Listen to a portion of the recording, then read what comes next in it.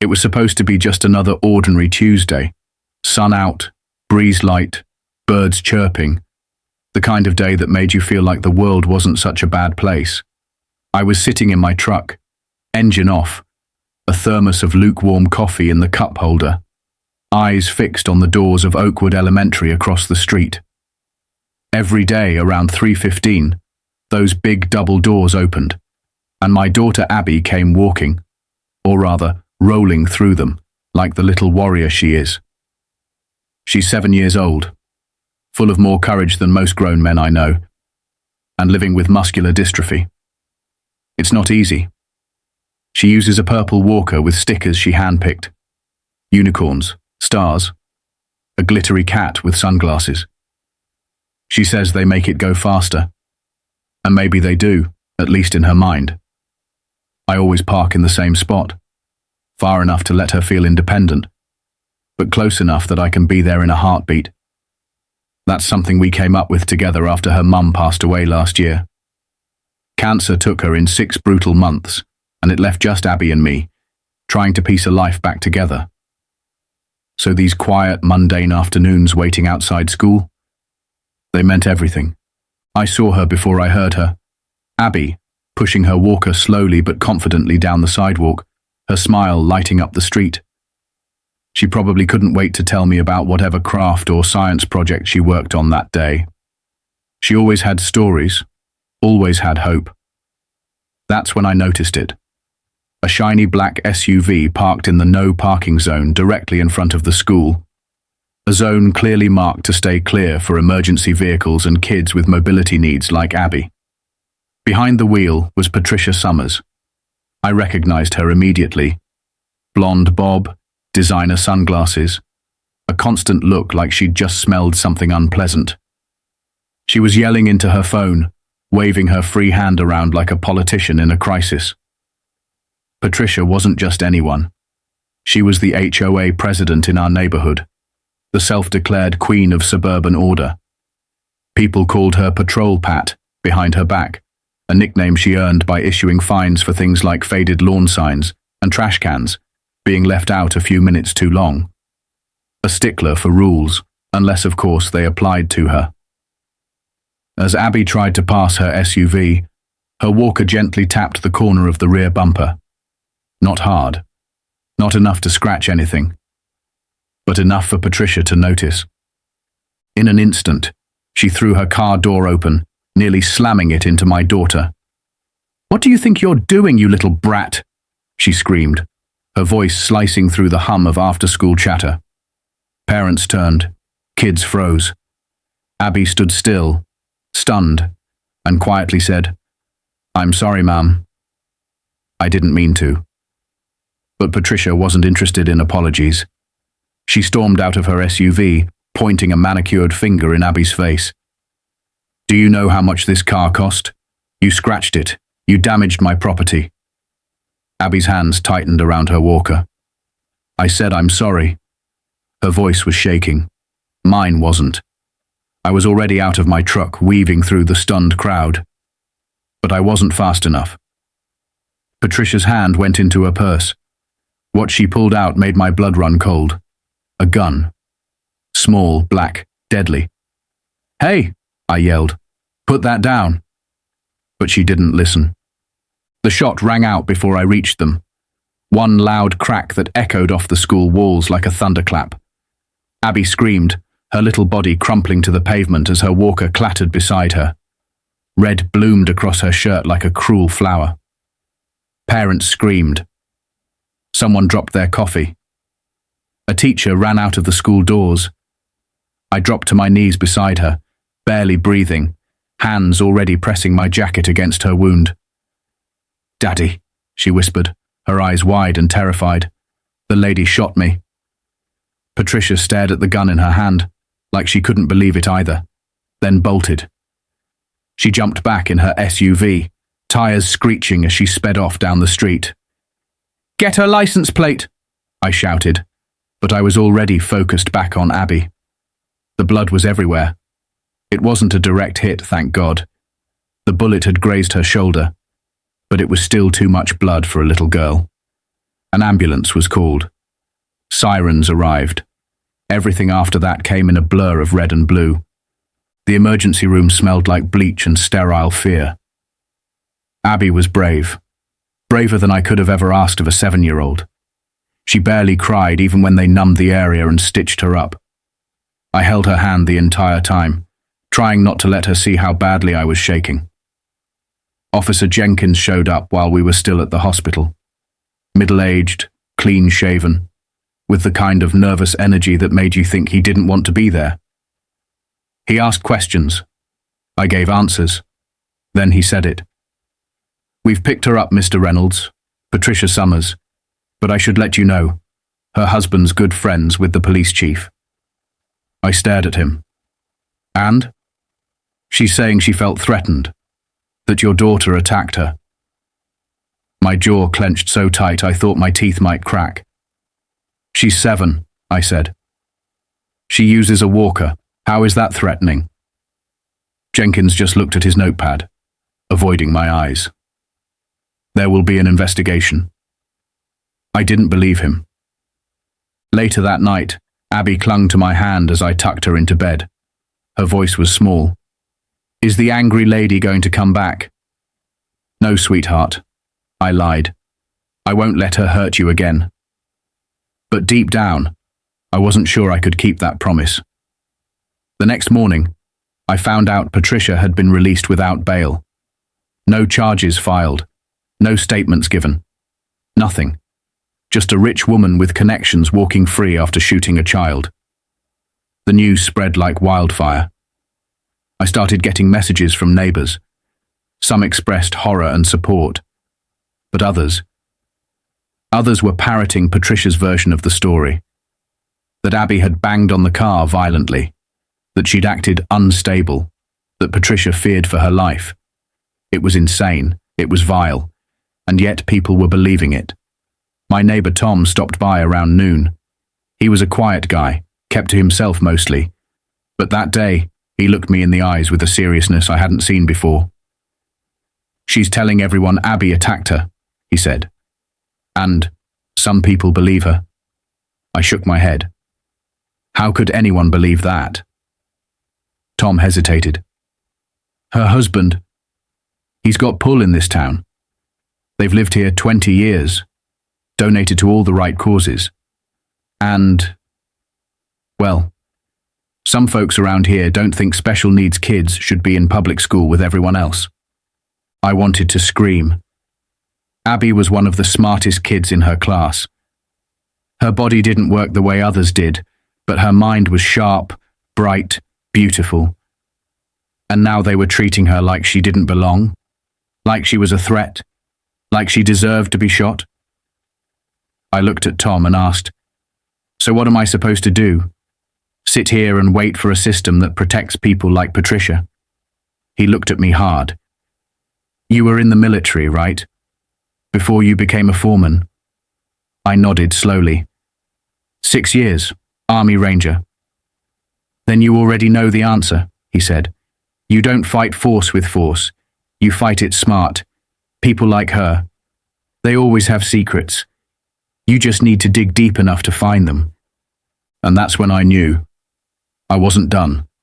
Not even close. The next morning, after barely sleeping a wink, I made a decision. I called in sick to work, kissed Abby gently on the forehead, and left her in the care of our neighbor's wife, who had kindly offered to stay with her for the day. Then I headed straight to the county courthouse. I didn't know exactly what I was looking for, but I knew I had to find something, anything, that would tear down the paper-thin wall Patricia Summers was hiding behind. The clerk at the records desk raised an eyebrow when I asked for civil complaints filed against Patricia Summers. 3 popped up immediately. 3 separate lawsuits from former neighbors, all accusing her of harassment, verbal threats, and HOA abuse. Each one mysteriously dropped before trial, with notes that settlements were reached under confidentiality agreements. That alone was suspicious. Then I moved on to the HOA financial records. I poured through spreadsheets, scanned transactions, and dates began to line up in strange ways. Lavish administrative expenses recorded the same weeks Patricia and her husband were seen vacationing in Aspen, the Bahamas, and even France. There was no explanation for the costs, just vague descriptions and inflated charges. And then came the real kicker: Patricia's firearm permit. It had been denied twice in prior years due to mental health concerns and community safety objections, but approved on the third attempt just months before the incident. That approval came suspiciously soon after her husband's bank finalized a low-interest loan for a vacation property reportedly belonging to the police chief. Everything about it stank. I printed every record I could get my hands on and headed home, adrenaline and righteous anger fueling me like fire. But I wasn't the only one digging. That afternoon, the school principal called me. She sounded resolute. "We've reviewed the security footage," she said. "It clearly shows Patricia approaching your daughter and brandishing a weapon first. The local paper has contacted us. We're giving a formal statement." True to her word, a day later, a small article appeared on the local newspaper's website. It was cautious, tame, and didn't name names, but the online comment section told the real story. Dozens of witnesses and community members flooded the page with first-hand accounts of what they saw. Abby being screamed at, the gun, the panic, the screams. Public support began building, slowly but powerfully. We weren't alone anymore. A week after the shooting, Patricia and her husband held an emergency HOA meeting in their immaculate home. Of course, I wasn't invited, but Tom went, and he recorded the entire thing on his phone. He came over the next morning, jaw clenched, phone in hand. "You need to hear this."